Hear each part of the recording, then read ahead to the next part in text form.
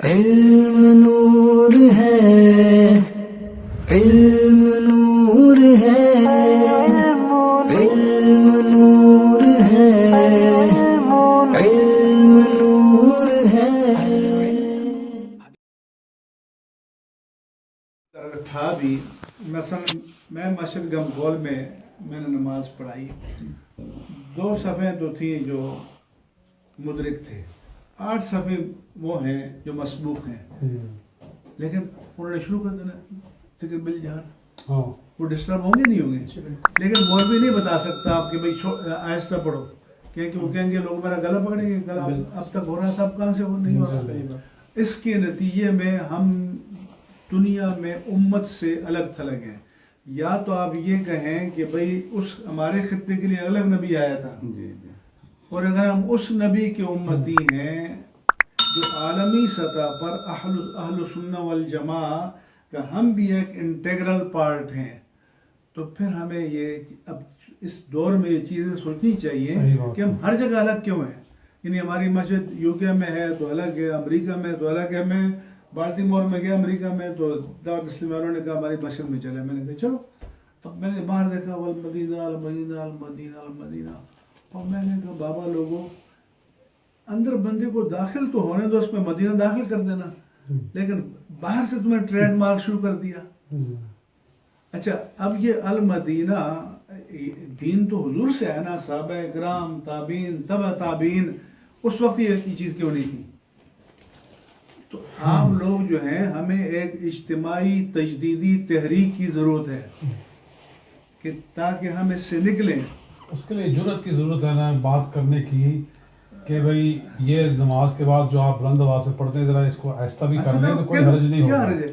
جی ہاں، لیکن اتنی جرأت کون کرے گا؟ اس میں علامہ صاحب 2 طرح کے، ایک تو جیسے حضرت نے فرمایا کہ میں تو کہتا ہوں، میں اس لیے ہر جگہ بیان کرتا ہوں چیزیں کہ کھڑے ہو جاؤ، آپ علماء کھڑے ہو جائیں تو آپ کے مقابلے میں کوئی نہیں ٹھہر سکتا، لیکن علماء جو ہیں وہ ڈگمگا رہے ہیں۔ میں نے قبلہ بیان کیا تھا کہ یہ جو بہشتی دروازہ، جنتی دروازہ ایک تصور ہم نے بنا لیا ہے عوام نے، کہ وہ سمجھتے ہیں کہ من دخل الباب فقط دخل الجنہ، جی وہ اپنے آپ کو قطعی جنتی سمجھ لیتے ہیں، اور اس کے لیے وہ 2 دن لائن میں کھڑے رہتے ہیں، نہ نماز نہ وضو نہ کچھ، جی اور کیا ہو رہا ہے جی جنت میں جا رہے ہیں بغیر وضو کے۔ کچھ بھی نہیں۔ ابھی تو میں نے اس کا رد کیا، ٹھیک ٹھاک کیا، عوام میں کیا ہے، بتایا لوگوں کو کہ یہ غلط تصور ہے۔ جی اب میں ٹی وی میں بتاتا رہا ہوں اس سال، اور ابھی بتاتا ہوں کہ جتنی چادریں مزارات پر چڑھائی جاتی ہیں جی یہ اسراف ہے یا نہیں ہے؟ صحیح ہے، اکرام کے لیے ایک چادر کافی ہے۔ جی اب 25 چادریں 50 چادریں چڑھائی جا رہی ہیں۔ اچھا اوقاف والے کیا کہیں گے کہ وزیر صاحب کے اس کے گلے میں ڈال دیا، ارے بھئی آپ اس کے مالک ہی نہیں ہیں، آپ کیسے دے رہے ہیں؟ اور فقہاء نے لکھا ہے کہ وہاں جو چیزیں کپڑے دیں فقراء کے وہاں کا، اب اس چادر کے ساتھ فقراء کیا کریں گے؟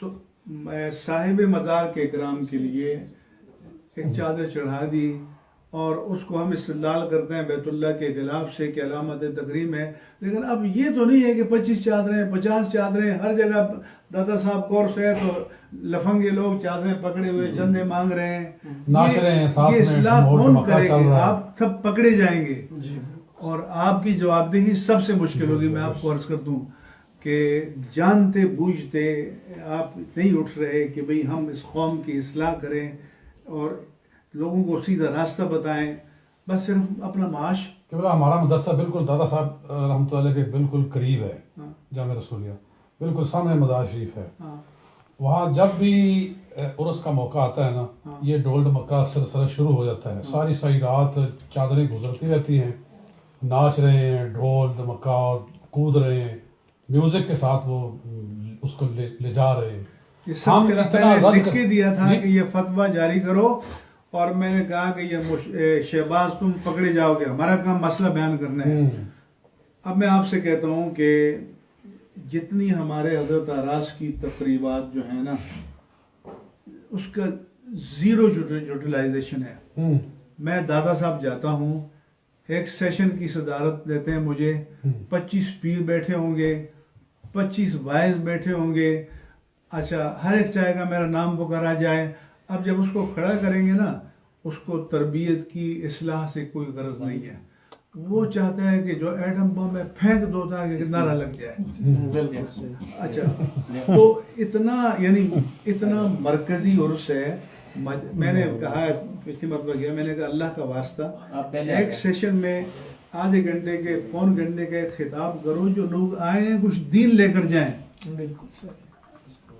تو آپ لوگوں کا جو حشر ہونا ہے نا، تو میں اللہ سے ڈرتا ہوں. عرض کرنے کی بات یہ ہے کہ اکثر جو برصغیر میں